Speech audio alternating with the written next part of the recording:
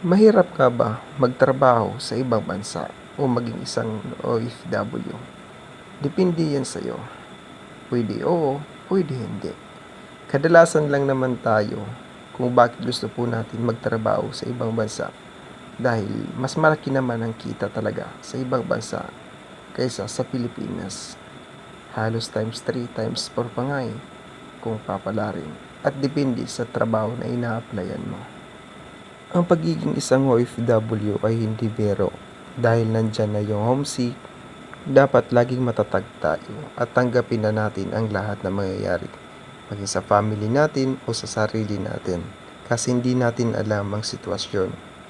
At lalong lalo na kung may asawa ka, tanggapin mo na anong mangyayari sa inyo. Minsan pag uwi mo wala ka ng asawa dahil yung asawa mo ay meron ng iba o di kaya ikaw ay meron na, at depende lang yon.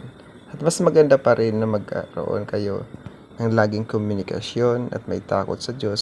At ito lagi ang tandaan bilang isang OFW. Habang tayo ay may trabaho pa dito sa ibang bansa, lagi nating isipin mag-ipon tayo ng pera dahil hindi natin alam ang sitwasyon. Pwede magsara yung company natin o di kaya may problema o mga di natin mga inaasahan. Pwede tayo pauwiin o paexitin man, at least may pera tayo na may dada. Pag sa katrabaho mo, ito ang dapat mong gawin.